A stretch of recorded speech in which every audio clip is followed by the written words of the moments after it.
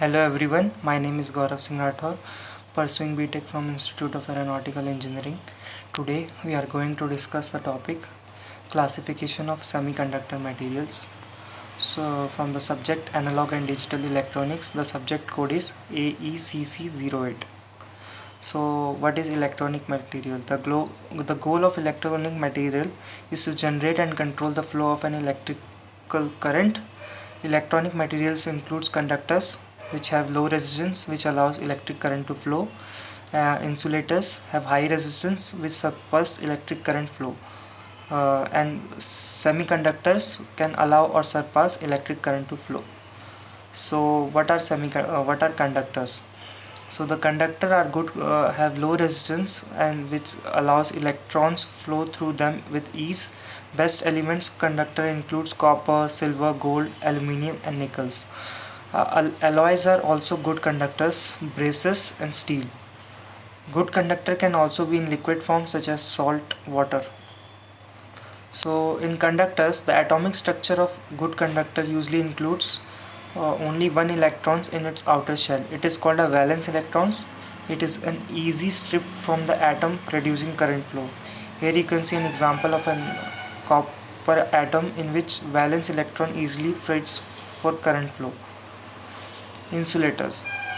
So insulators have a high resistance, so current does not flow in them. So good insulators includes glass, ceramic, plastic and wood. Most insulators are compound of several elements. The atoms are tightly bound to one another, so electrons are difficult to strip away from the current flow. So what are semiconductors? So semiconductors are materials that easily can be conditioned to act as a good conductor or good insulators or anything in between.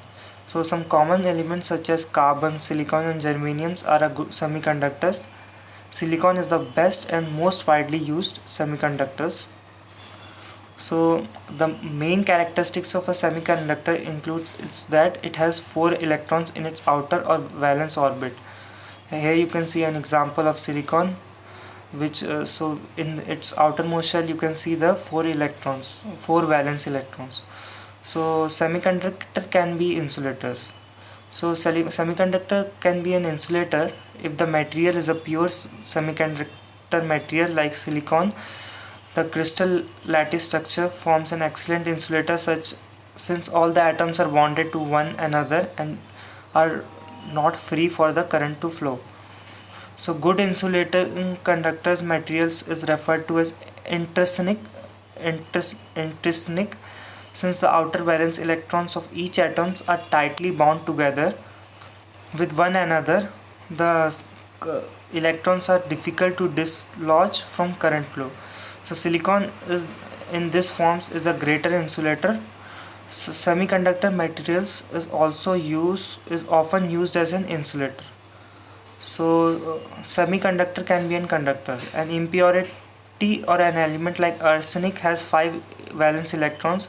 Adding arsenic doping will allow 4 of the arsenic valence electrons to bond with the neighboring silicon atom.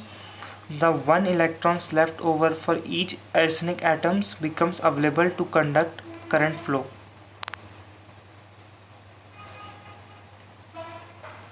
So types of semiconductor materials. So the silicon doped with extra electrons is called an n-type semiconductor. N is for negative, which is in charge of an electron. Silicon doped with material missing electrons that produces locations called holes is called p-type semiconductor. P is for the positive, which is the charge of an hole. So semiconductor are 2 basic groups of classification that can be used to define the different semiconductor types. So our intrinsic material, so an intrinsic type of semiconductor materials made to be very pure chemically. As a result, it possesses a very low conductivity level, high, having very few number of charges carriers, namely holes and electrons, which it possesses in equal quantities. So Extrinsic material. Extrinsic type of semiconductor are those which where a small amount of impurities have been added to the basic intrinsic materials. This doping uses an elements from a different periodic table groups, and in this way it will either have more or less electrons in the valence band than the semiconductor itself. This creates either a excess or shortage of electron. In this way, two types of semiconductor materials are available. Electrons are negatively charged. So semiconductor materials range in price and availability from abundant silicon to expensive rare earth elements. Solar cells, fields effective transistors, IoT sensors, self-driving car circuits all require semiconductor materials to function. So the modern uses so the modern world quite literally owns its existence through semiconductor and the material used in their manufacturing.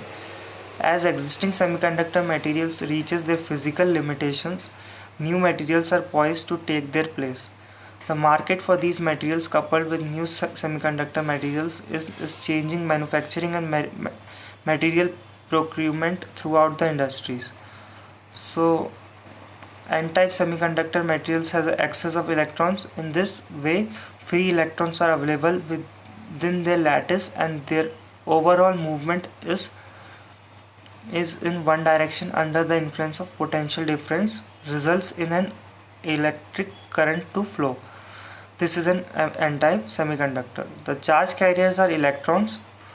In p-type semiconductor material, there is a shortage of electrons. There are holes in the crystal lattice. Electrons may move from one empty position to another, and in this case it can be considered that the holes are moving. This can happen under the influence of a potential difference, and the holes can be seen to flow in one direction, resulting in an electric current to flow. It is actually harder for holes to move than for free electrons to move, so their mobility of holes is less than that of free electrons. Holes are positively charged semiconductor carriers. So current flow in semiconductors. The DC voltage source has a positive terminal that attracts the free electrons in a semiconductor and pulls them away from the atoms, leaving the atom charged positively. Electrons from the negative terminal of the supply enters the semiconductor material and then attracted by a positive charge on the atom, missing one of their electrons. Current flows from the positive terminal to the negative terminal. So electrons from the in p-type, the electrons from the negative supply terminals are attracted to a positive holes and then fills them. So the positive terminal of the supply pulls the electrons from the holes, leaving the holes to attract more electrons. So the current flows from the negative terminal to the positive terminals.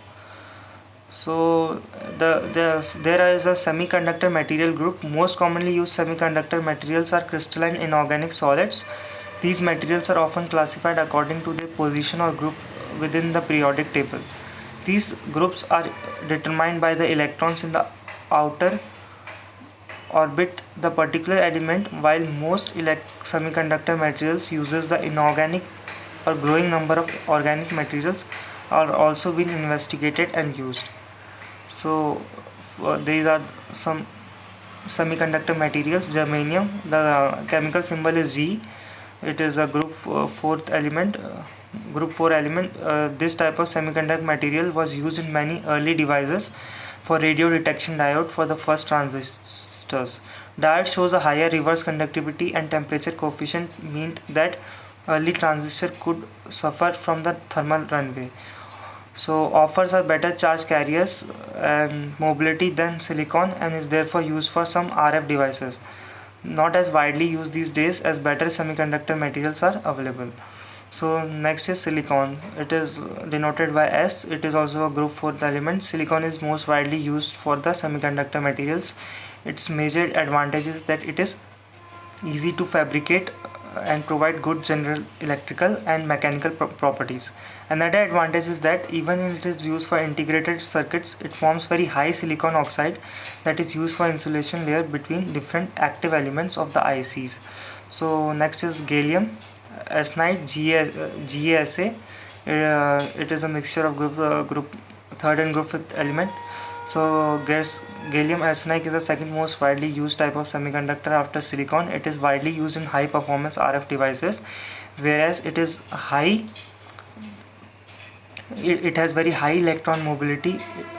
It is also used as a substrate for group third fifth semiconductor.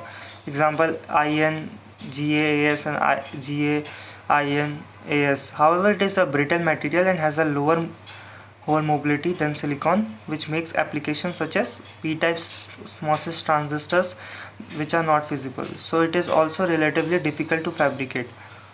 Next is gallium nitride, GaN. It is the mixture of the third and group fifth element. This type of semiconductor materials is widely used in microwaves.